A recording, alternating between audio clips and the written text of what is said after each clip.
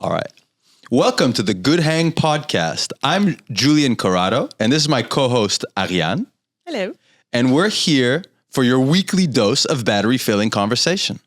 Our guest today is none other than Dalia Jaad. Hello. What's up? So I'm meeting you for the first time. Yeah. I've heard that you're a movement coach. Yeah. Movement specialist. Movement specialist. Yeah. My curiosity is piqued already. Cool. Yeah. It's one of my instructors used that to introduce herself back in the day. And it just landed for me because I've dabbled in so many different types of movements and I have many certifications. And it just doesn't feel right to call myself like a yoga instructor, a Pilates instructor, a strength training. Like I'm just very obsessed with bodies and the way they move and understanding them and educating people on how to properly move them. So I'm a movement specialist and there's still so much to learn. There's still so much that I'm like curious about. And so I'm not an expert. I don't like coin any other term. I'm a specialist and this is what I do. And I try and educate people as much as I can with the knowledge that I have. That's I like that a lot. And it's funny too, how like we talk on this podcast a lot, how we don't necessarily talk too much about people's careers or anything. It's more focused on like what they're passionate about, what they do. And it's funny how a title can like irk you or like be like, no, I don't really feel like that's what I am. And then you get introduced as such. And then you're like, no, I'm going to figure out how it is that I want to be introduced. And then you figured out the movement specialist. And I really like that. Thanks. I think it's like people have different opinions about it. Some people giggle about it and some people are like, yeah, that's really freaking good. And I'm like, yeah, it feels like it lands and it gives me space to do so much more under that title. You're not limited. Exactly. That's a good point. Yeah. So, because I follow you on Instagram, so we barely know each other as well. And I'm the one who invited Dalia here today. I've actually met her through just signing up to her yoga class because my friend Mariana is a big fan. And I started taking her class and now every time I can catch one, I go because she's just such an incredible instructor. I really love it. And then through following you on Instagram, I discovered that you kind of initially went the corporate route and then something clicked that you decided you wanted to go in movement. And I'd love to hear more about that because I find it so interesting. Recently, I was listening to a podcast just to give an idea. And the girl was talking about quitting her job at Comedy Central to go into spirituality. And to me, I'm like, that's my dream job, Comedy Central. Like, why would you quit the dream job? And it's an interesting thing how something can feel like the dream job for a moment in your life. And then you're like, okay, no. I've done this now. I'm ready for the next step. So, and it's interesting that you say that because in my corporate career, and like, I don't want to just toot my own horn. I'm very, very proud of the companies that I've worked at. And I've like climbed this like invisible corporate ladder quite quickly and worked for some very well recognized tech companies. And that was what took me so long to step away from the corporate world is that like, comparison or belief of other people of it's their dream job and I'm living it and I'm not happy and I'm sad and I'm depressed and I'm like questioning life and having these existential crises. But it's because it was never my dream. It was never what I was meant to do. So I grew up dancing competitively from like 3 to 18 years old. What type of dancing? Contemporary and ballet. Wonderful. Wow. So movement has just always been a part of my life, especially in last years of my dancing career. 3 to 4 hours a day, easy of dancing to nothing. And then this is kind of my, like, the way I've seen it is like, I have an immigrated family. School was very important. Work was very important. Building safety for my life was very important. And so those were instilled into me very, very young.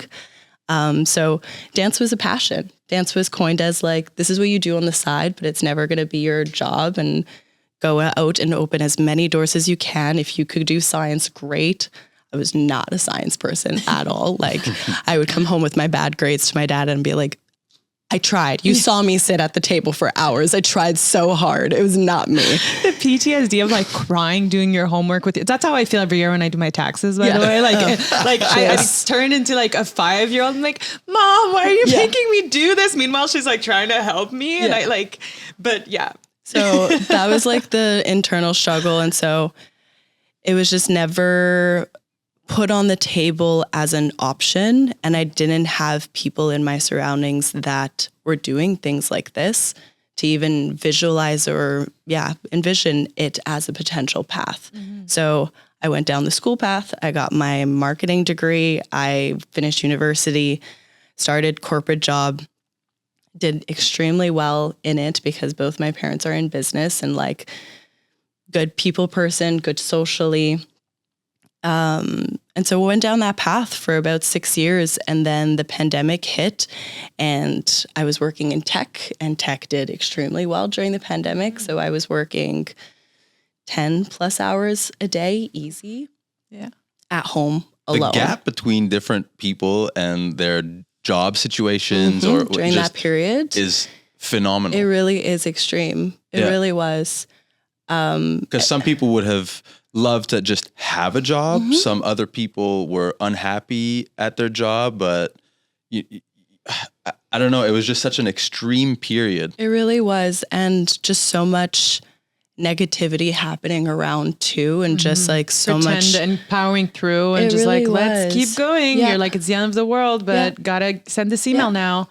Well, that's it. And then polarities of opinions, a lot of sadness and like pretty much in every conversations. And so for me, I guess what triggered it was that movement like saved me in that time. It was a time where like I came back to those roots of dance and was like, okay, I'm like sitting at a desk for hours and my body is breaking and I don't feel good and I feel sad and I feel anxious and I need to find ways to tap out of it. And so I got into intense running. I did more certifications around yoga. I started like just healing myself through movement. And then when studios started opening up and I was just so deep in the corporate world, I'm like, I need something to make me happy.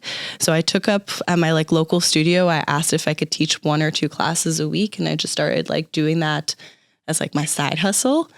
And I swear it lighted me up. Like I would work 10 hours sitting at a desk and then go teach 2 classes and be fired up. Like so passionate and so excited about it.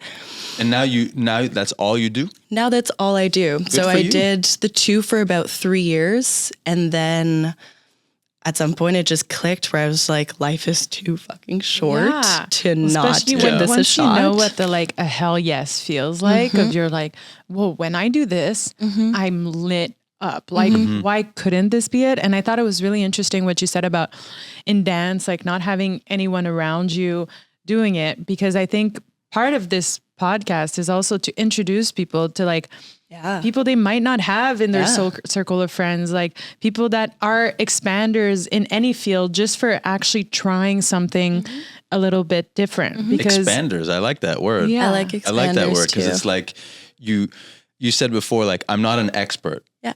Nor do I claim to be. No. But to expand, you need to, push your craft. You need to push your focus. Ultimately, you become not an expert, but you're just pushing your knowledge of and your body in this case. And well, I think for me, I guess the main motivator is how much this like curiosity and passion has helped like me movement. Help my body and my life. And then being able to recognize that there's such a lack of information in this space on the day to day of like, people are having these sciatica pains and depressed and don't know how to breathe properly and like moving through autopilot and numbing and like not taking the time to slow down. And then I step into a studio where I have shared space with 50 people per week to like leave a nugget behind, something big enough that could just let them slow down enough to be in their own body.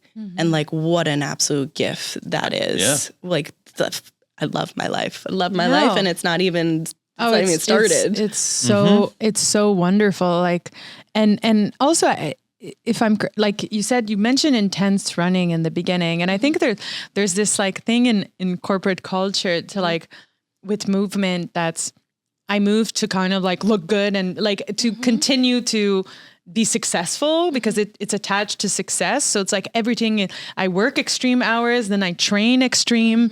And for me, there was kind of this, disconnect at one point where I was like, I was doing a lot of HIIT workouts, a lot of high intensity, high everything, like freaking Orange Theory, like give me all the points. Like, and I loved it. It was really fun. But there was a point where I went, bro, I'm not training for the Olympics. Like what makes me feel good? And then I've been doing kind of a shift towards running, yoga, Pilates. And I'm wondering, like, was that something that you experienced as well? 100%. And I think, I mean, so for me, high intensity movements like running and HIIT workouts is definitely like a form of therapy for me. Like if I could tune into myself and feel myself be anxious and like there's like a stickiness in my body and I need to shed it in a certain way, then I'm probably going to go out in a run. But like even to this day, the way that I move is very, very intuitive. And some people ask me like, what's my workout routine? What do I eat for those motives? Yes. And I'm like, no. I refuse to answer that because I'm so checked into myself that I'm only going to move in a way that feels good based on my cycle, based on my mood, based on my like emotions. And so I try and like also educate that in my classes. So I also teach reformer Pilates, which Pilates is kind of like itching in this like mask aesthetics space of Instagram at the moment. And so I'm trying to be very careful with how I teach. And for me, Pilates is like a mind to body movement. It's not about the burn. It's not about the pulsing and the six pack. It's about cueing into muscles, understanding how they work and making sure that I'm staying authentic to that type of teaching. So it's one of my core values is like, I'm not going to feed into this like big ego monster that is the fitness industry. And I'm going to try as much as possible to lead by example in the way that I move myself too. Absolutely. Do you know what a reformer is? No. It's a very intricate machine that has like many terms coined to it. It's like a table, a bed with like resistance, and this bed moves back and forth. I know exactly with what it legs is. And stuff like that. SNL did a really cool skit recently that just made me die. Yes, they had a skit about like the culture of like it's like Pilates like a horror movie. Yeah. Like you walk in, it's so intimidating, and then Kia Gerber's there, which is so funny because when I went to Y7 in LA, she was always out working out next to me. And yeah, hey mommy, and the whole like if you don't have the right socks, like they'll kill you out, and you're gonna like the burn, and you're gonna want to come every single day. But it's funny because I was talking to my friend who's a photographer yesterday, and especially more and more you'll see more and more males in yoga, Pilates classes, and it's so funny because I'm like women workouts are so hard, like it's a completely different type of working out. It's often the smaller muscles, more small weights, but really intentional. High repetition or stretching, flexibility, less like pumping. That's it. And then now you'll see more and more men in these classes, but oh man, I forgot where I was going with it. I mean, men in like yoga classes, I guess for a long time, all these things were seen as unmanly and just or hyper feminine. But at the same time, like being flexible and being able to feel your body stress, or I mean, over here, let's say in winter, when there's ice and you slip, if you're not flexible, you're gonna, it's gonna seize your back. It's a human thing, and that's like very much the statement that I'm trying to preach as much as possible is like there's no gender to any form of movement. For sure not. I weight train 2 to 3 times a week and I lift heavy shit. And the only reason why I'm able to do that is because my muscles are mobile, are flexible and adaptable, and you need all of them. And so you're seeing a lot of CFL players incorporate Pilates and yoga, and it's not preached by their coaches because there's still this stigma around it, but they're seeing like, I think there's like a few reels come out during the Super Bowl where they were like, one guy's catching a ball and flipping in some like impressive way and bounces back and goes back up. And he's like, that was Pilates. Yeah. That right there was Pilates. So that's my motive in this space. That's the direction that I'm trying to take, is like educate the broader audience of like the benefits of the feminine movements that we've coined for the last few years. Yeah, for sure. I've started to, so I play drums. Cool. And I've noticed something about in relation to movement and breath work. So when you're playing drums and you're playing super fast, if you don't separate your breathing from your movement, you stiffen up, and it's like you don't have enough juice to keep going, and you're fighting yourself. And I remember one time I started to I just separated my breathing from my body movement, and it helped me so much, because for every breath that I was taking in, I was like integrating 4 hits as opposed to 1 hit per breath. And I started kind of, it was like I was in a meditative state. With that separation came deep breaths, and then my movement was just almost free flowing. Yep. And it, like, since then, something happened, and I was like, okay, I think I got to start stretching. Plus, I was really not flexible. Yeah. I'm not naturally flexible. And so starting to stretch and then focusing on breathing and then incorporating that with drumming, it's just totally changed my life, really, because it helps you with the mindfulness aspect of going through your day. I'd be super stoked to try one of your classes. I mean, and that's the kind of like the segue. It sounds like you kind of like intuitively figured out how this whole mechanism works, right? Because you have your ribs and your diaphragm and your core and your pelvic floor all working as one, literally with every breath. And so if you think of drumming, you're working arms and obliques. But if you could also coordinate your breath, then you're also kind of like connecting this whole body. And it becomes like a circular movement. And you're working with music too, which is just so spiritual, so deep too. Yeah. And so if you're able to connect all those things together, like you're I've been having a blast. powerful drummer. Powerful, for sure. Yeah.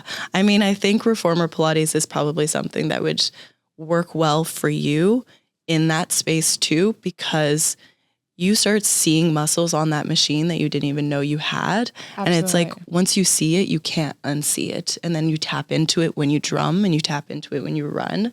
And it just like all comes in together, and it's just. Right.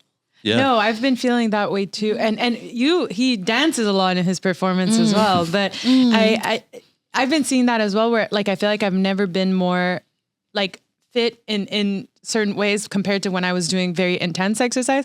And it's always funny because like girls will compliment like if you're slender or like if your arms, because that's what they look at. Guys will always compliment calves. Like guys will notice true, though. muscular calf, and they feel like, so good when you compliment them down. Yes, but the other way, like it's not even in a flirtatious way. Like it's like they'll a guy who loves his calves and notices that you have great calves are like.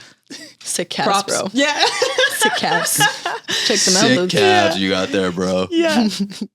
But I remember doing reformer for the first time, and it can be quite intimidating. And it's also because, like you said, it's like many of these gyms sell this idea of the concept of it is so intimidating. And where I was going before is like my photographer started doing spinning, and already there's this idea of like, is it manly? Is it not? But then going to a gym that's extremely, everyone looks amazing and is wearing like high fashion fits and this and the dancing. And he's like, I just go to Énergie Cardio and it's like perfect, you know? Like, and sometimes I completely understand that as well, where, you know, you're not, the movement part, you want to feel good, intuitive. You're not like, oh, this is the part of my day where I go compare myself and fit in to something, you know? I'm like daydreaming about this movement thing and the link to like being a kid.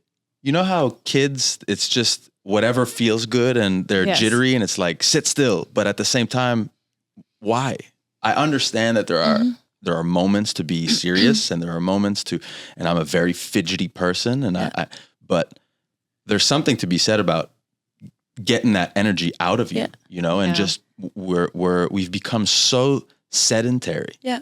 Well, I think that was like the psychological click for me when I decided to quit my job, because it's like there is like a truth to the matrix in a certain way sometimes, where we're just like we're stressed and we're hyper focused and we're hustling and we're working, and those are all great things because I think we're all accomplishing really amazing stuff.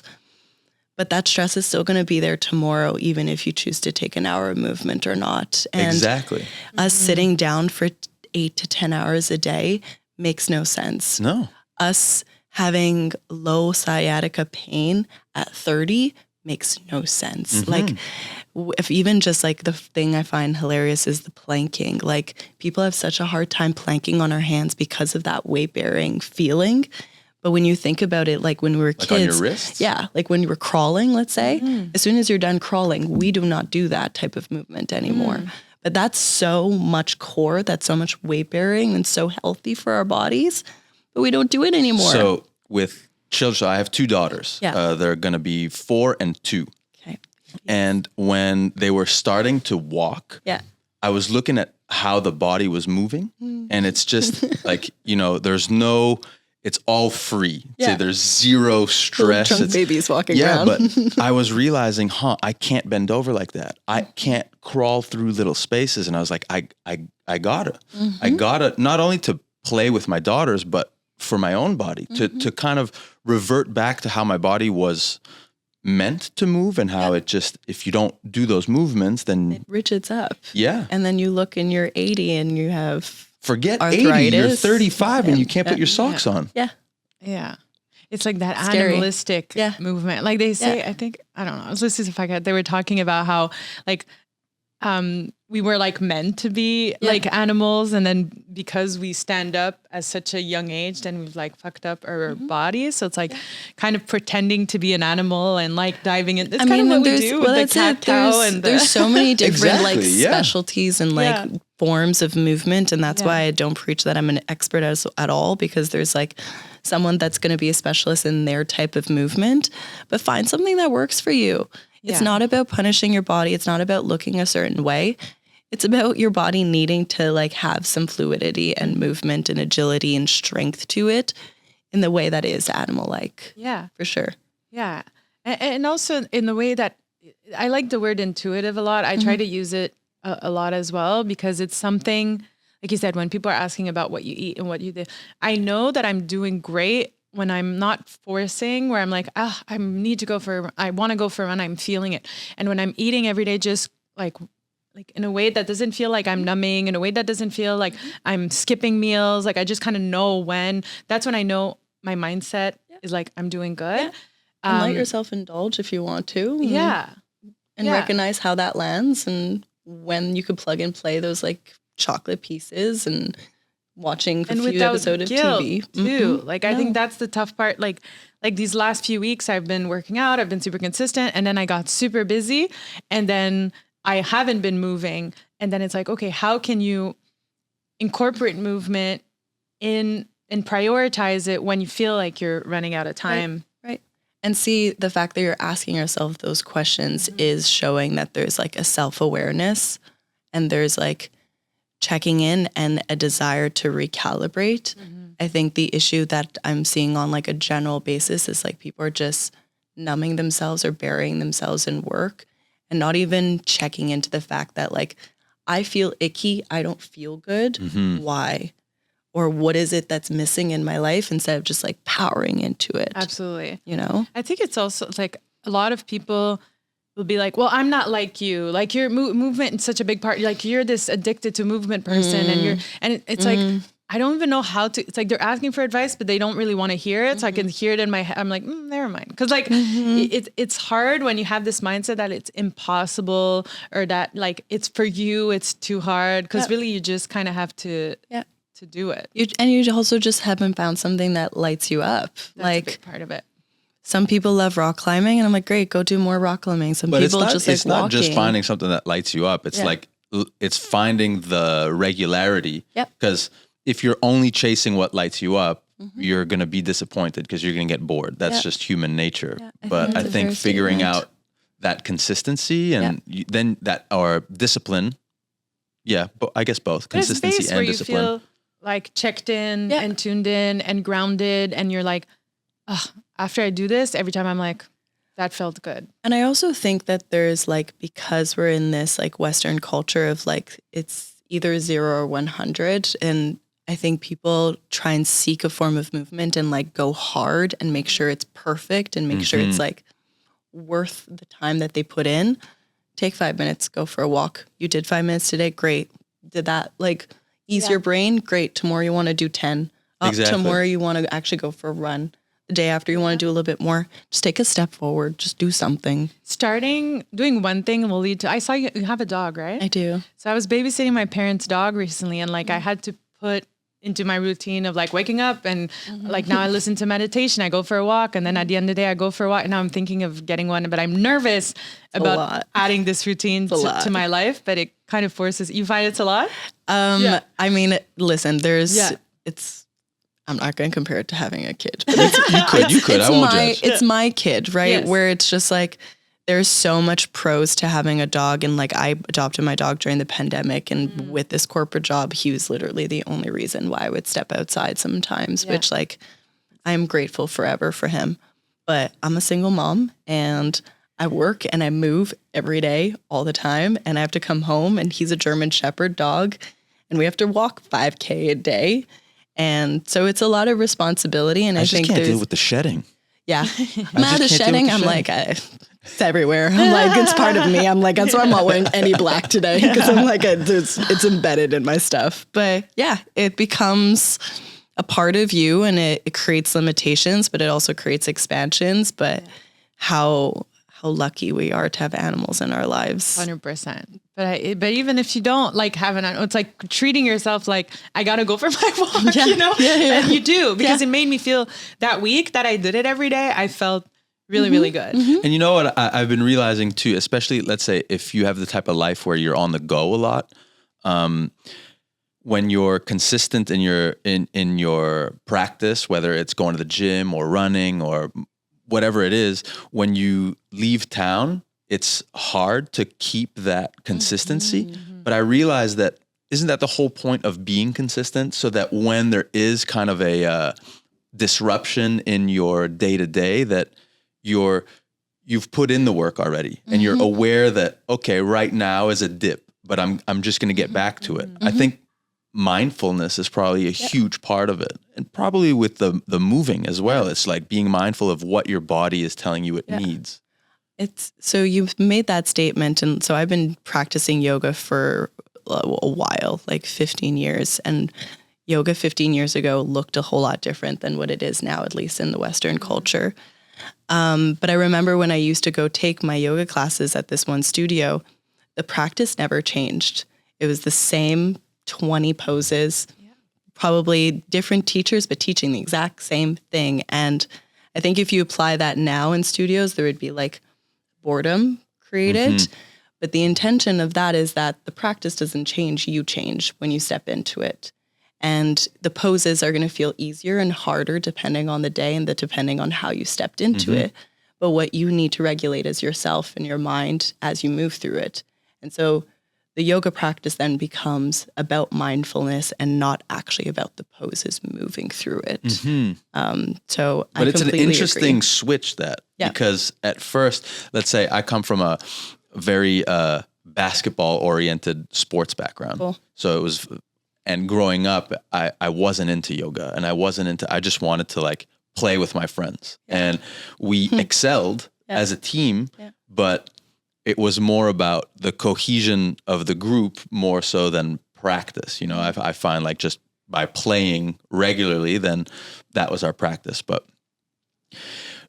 you know, you get older and you realize, okay, your body kind of, I don't want to say withers, but you don't have the same young athleticism, like raw athleticism. For sure. And then when you start to get older and you stiffen up, you just can't do the same things that you were able to before. And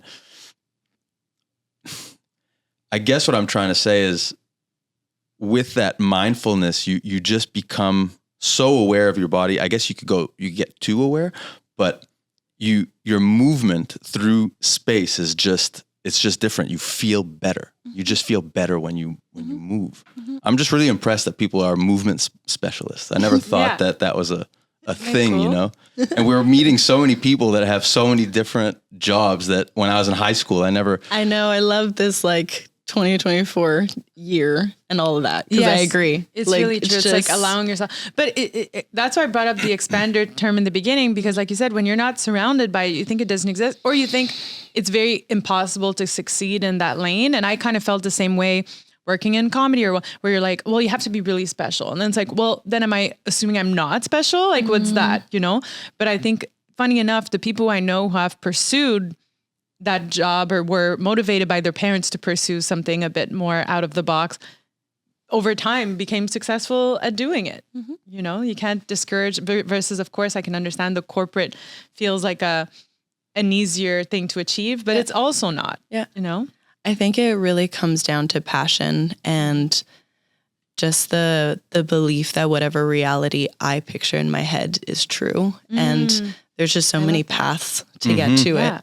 And I've convinced myself that that's the path I'm taking. And I believe my story. I love this. I believe my story. I like it. I can't believe it's already 30 minutes. So quickly. They really but I just do. want to ask you one more question before we end the podcast. What are you attracting in your life for the next few months, for the next year? I'm trying to take space. I'm attracting expansion and growth and stepping into like my most authentic self and trusting that that's going to gravitate into it.